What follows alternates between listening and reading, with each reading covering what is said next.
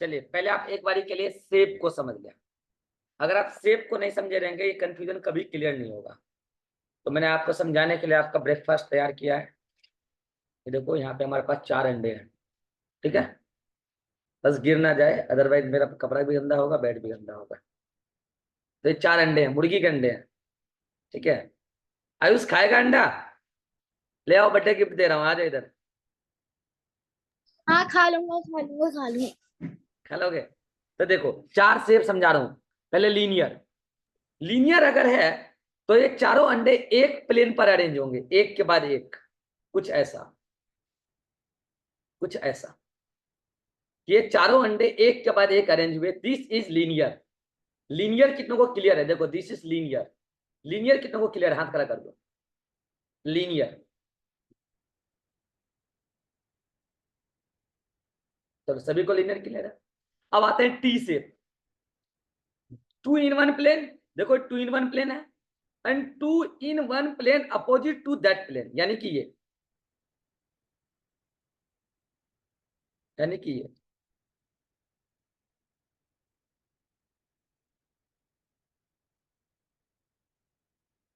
ये टी। कितनों को ये टी क्लियर है? हाथ खड़ा करो। टी देखो, दिख रहा है टी? टी। तो ये 2 in 1 प्लेन, ये वाला हाथ, एंड 2 in 1 प्लेन, ये वाला हाथ। ये वाला हाथ 1 प्लेन, ये वाला हाथ 1 प्लेन। ये टी। अगला आते हैं डेकुसेट। अब डेकुसेट में गौर से देखना क्या बोल रहे हैं। ये एक, ये दो, ये एक प्लेन में है, ओके। ये एक प्लेन में, ये एक प्लेन में है। तीसरा जो है वो इन दोनों के बीच में, ये रहा। देखो ऐसे तो बन रहा है ट्रायंगल, ऐसे है तो ट्रायंगल बन रहा है। लेकिन जो अगला है, सुनना गौर से, डेकुसेट और टेट्राहेड्रल में जो आपको कंफ्यूजन हो रहा है, अगर एक और अंडा यहां आ जाए तो ये टेट्राहेड्रल हो जाएगा। अगर एक अंडा और यहां आ जाए तो टी हो जाएगा। और अगर एक अंडा और यहां आ जाए तो ना ये टी होगा, ना ये टेट्राहेड्रल होगा, ये डेकुसेट होगा। फिर रिपीट कर रहा हूं। देखो ये एक 2 अंडा in 1 प्लेन था। अब अगला अंडा यहां से शुरू हो रहा है अरेंजमेंट, तो देखो ये ट्रायंगल बन रहा है, बन रहा है ना ट्रायंगल। तो अगर एक और अंडा इसके नीचे आ जाए तो क्या ये टी बना? कितने लोगों को टी समझ में आया? हाथ खड़ा करो। क्या ये टी बन गया? हाथ खड़ा करो। वीडियो में ही कर दो, मैं देख लूंगा। क्या ये टी बन गया? लेकिन अगला अंडा अगर यहां आ जाए एकदम सेंटर पे, देखो ऐसा कुछ, दिस इज टेट्राहेड्रल। कितने को टेट्राहेड्रल समझ में आया? हाथ खड़ा करो। टेट्राहेड्रल, रिया पटेल, टेट्राहेड्रल। और अगर अगला अंडा ना तो यहां आए ना ही यहां आए, वो यहां आ जाए, तो ना तो ये टी है और ना ही डेकुसेट है और ना ही ये टेट्राहेड्रल है। तो फिर ये क्या है? मतलब ना ही ये ना ही टी है और ना ही टेट्राहेड्रल, ये डेकुसेट है। अब कितनों को ये तीनों समझ में आ गए? लीनियर तो आसान था, टी, टेट्राहेड्रल और डेकुसेट में कंफ्यूजन। अब आते हैं आइसोबाइलेटरल। वो आसान है, दो ये और दो इसके जस्ट पीछे, ऐसा। तो कुछ ऐसा दिखेगा, देखो कुछ ऐसा ही दिखेगा, जैसा नो डायग्राम ऐसा ही दिखेगा। तो ये है आपका, ये आपका आइसोबाइलेटरल, ये आपका टेट्राहेड्रल, ये आपका टी शेप, ये आपका टी शेप, ये आपका डेकुसेट और ये आपका लीनियर, ये आपका लीनियर। चलो कितनों को सारे शेप समझ में आ गया? हाथ खड़ा करो।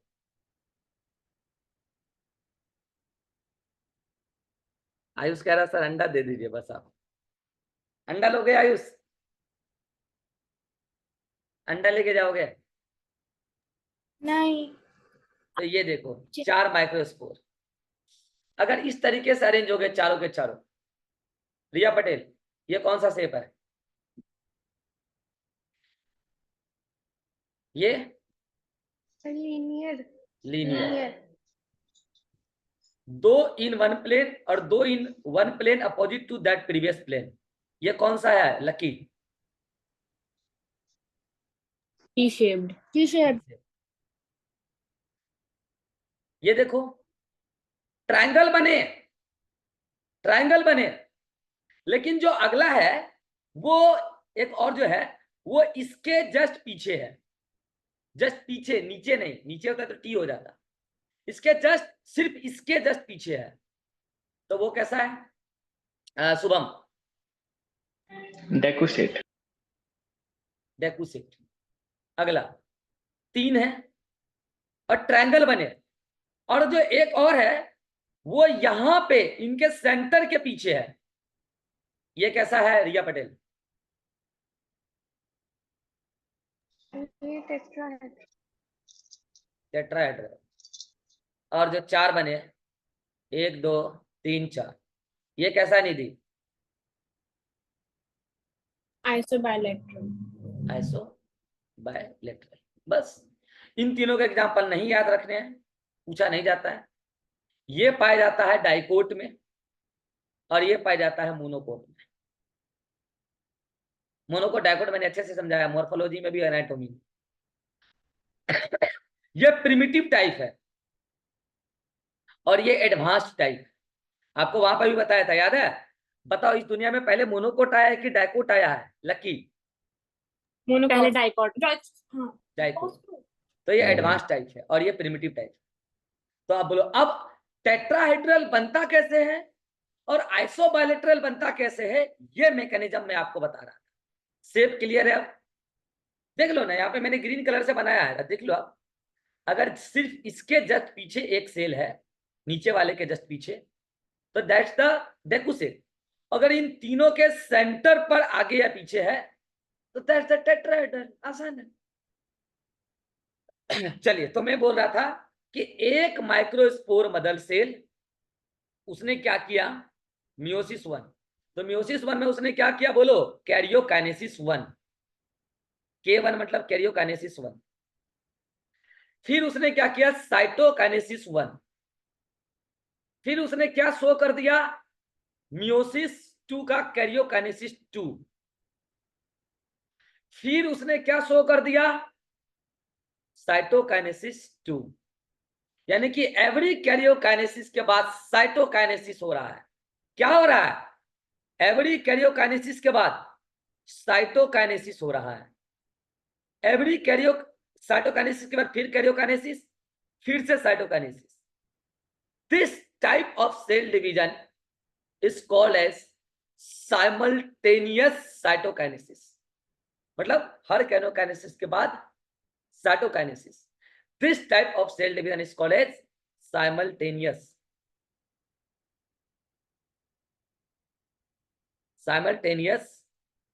साइटोकाइनेसिस। इसका मतलब क्या है जल्दी बताओ, अभी बताया हूं। क्या मतलब है शुभम इसका? Cytokinesis just after each karyokinesis. Cytokinesis just after each karyokinesis. तो बताओ टेट्राहाइड्रल कैसे बनता है? टेट्राहाइड्रल कैसे बनता है? साइमल्टेनियस साइटोकाइनेसिस से या फिर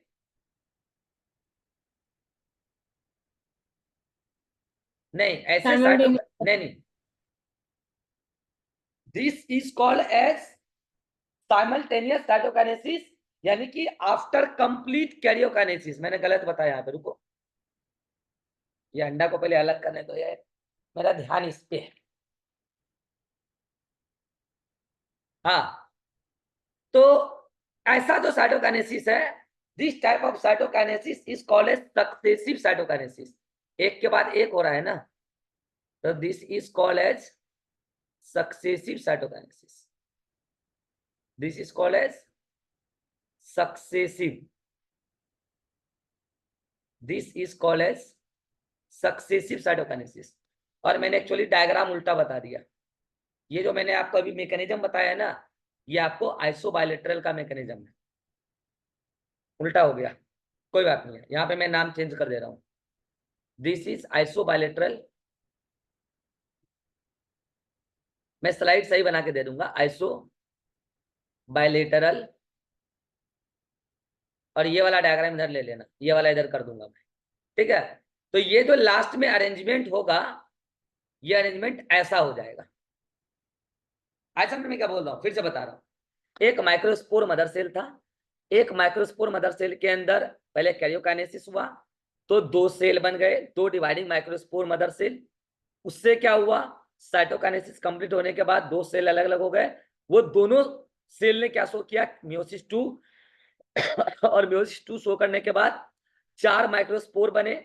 उसके बाद केलोज बना। केलोज बनने के बाद अरेंजमेंट कैसा आया, आइसोबायलेटरल ये वाला, आइसोबायलेटरल ये वाला, ठीक है। अब बता रहा हूं टेट्राहेड्रल। टेट्राहेड्रल में क्या होता है, ये वाला है, ये इधर मैकेनिज्म बता रहा हूँ टेट्राहेड्रल का, वो आप वॉइस वर्सा कर लेना, आप डायग्राम सही बना लेना। आप बता रहा हूँ आइसो मतलब टेट्राहेड्रल। टेट्राहेड्रल में क्या होता है, एक न्यूक्लियस है ये, ठीक है साहब। अब ये क्या है, microspore mother cell, microspore mother cell या पीएमसी। इसका न्यूक्लियस कैसा होगा शुभम, डिप्लॉयड एप्लॉयड? डिप्लॉयड होगा। डिप्लॉयड। इसने शो किया मियोसिस 1, तो बताओ कितने सेल बनेंगे? 2 सेल। अभी सेल नहीं बनेंगे, अभी सिर्फ कैरियोकाइनेसिस हुआ है। तो एक ही सेल में कितने न्यूक्लियस बनेंगे? 2 न्यूक्लियस। 2 न्यूक्लियस। तो देखो मैं सेल मेम्ब्रेन एक ही दिखा रहा हूं, मगर न्यूक्लियस इसी के अंदर 2 दिखा रहा हूं, दिख रहा है। और ये दोनों के दोनों न्यूक्लियस कैसे होंगे शुभम? हैप्लॉइड। हैप्लॉइड। और अभी साइटोकाइनेसिस नहीं हुआ। और क्या तो क्या बने, सुनो क्या बने, डिवाइडिंग माइक्रोस्पोर यानी कि एमएमसी,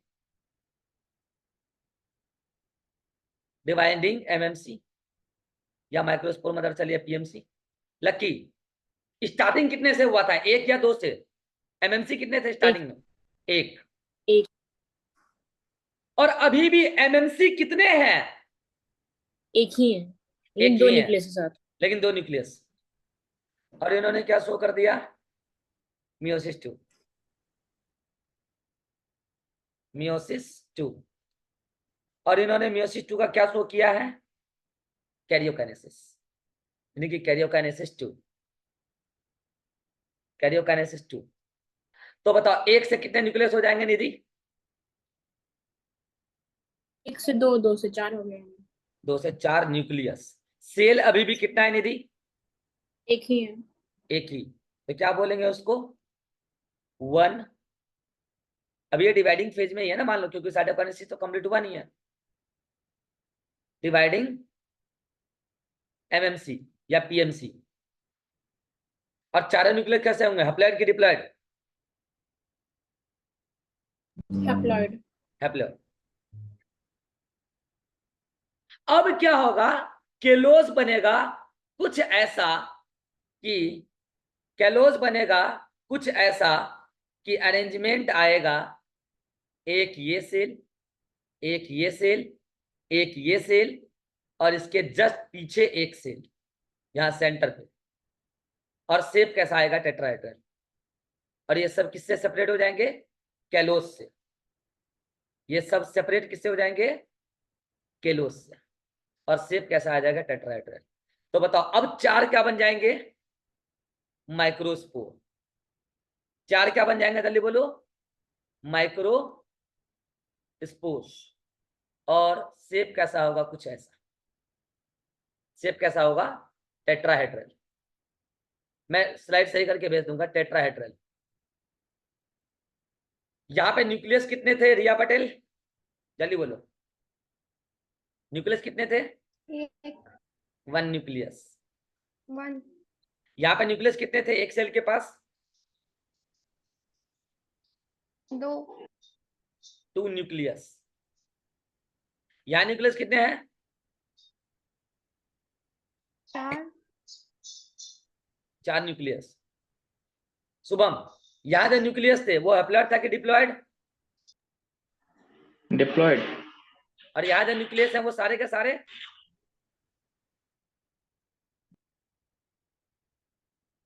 कैसा? हैप्लॉइड। हैप्लॉइड। और यहाँ वाले हैप्लॉइड। दिस इज आइसोबाइलेटरल एंड मतलब ये उल्टा हो गया, मतलब डायग्राम मेरा मैंने पहले समझा दिया था ये टेट्रा आइसोबाइलेटरल, तो फिर इधर का डायग्राम मुझे इधर लेना पड़ा टेट्राहेड्रल। तो पहले कौन सा डेवलप हुआ है, मतलब प्रिमिटिव टाइप कौन है?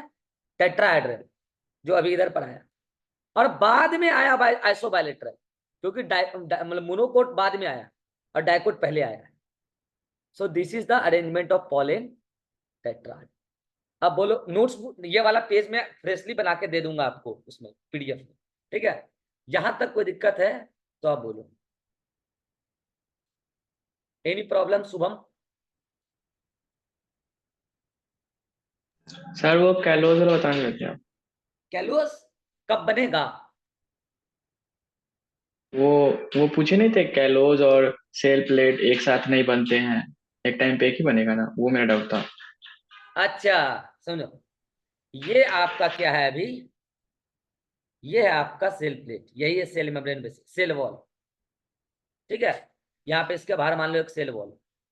तो सेल वॉल तब बनेगा जब उन चारों को अलग अलग, मतलब सेल को अलग अलग होना है। जैसे देखो इधर, देखो इधर इधर, यहाँ पे एक सेल था एमएमसी, 1 से 2 बना, 2 सेल अलग हो गए, यानी कि साइटोकाइनेसिस 1 हुआ, तो यहाँ तो सेल प्लेट बना ही होगा।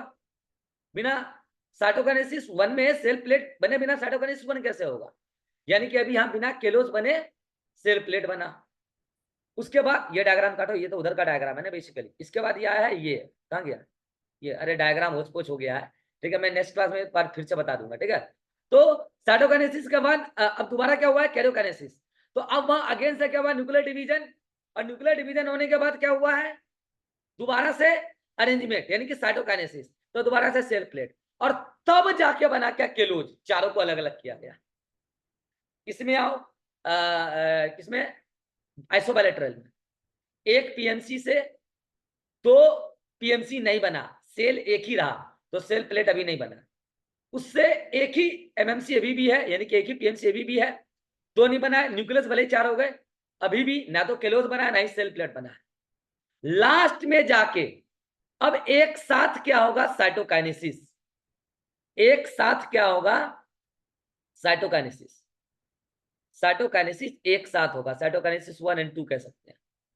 तो पहले क्या बन जाएंगे? Cell plate. और सेल प्लेट बनने के बाद सेल प्लेट के ही आसपास बाउंड्री वगैरह पे केलोज डिपोजिशन हो जाएगा, जो उसको सेपरेट करके रखेगा। और वो चारों के चारों क्या बन जाएंगे? Basically 4 micro spore.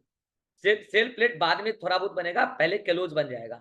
तो आइसोबाइलेटरल में सेल प्लेट और केलोज का सिंथेसिस अलग तरीके से है, और टेट्राहेड्रल में अलग तरीके से है, क्योंकि जो आइसोबाइलेटरल है उसमें जो साइटोकाइनेसिस होता है वो होता है सक्सेसिव, और जो टेट्राहेड्रल है उसमें जो साइटोकाइनेसिस होता है वो होता है साइमल्टेनियस।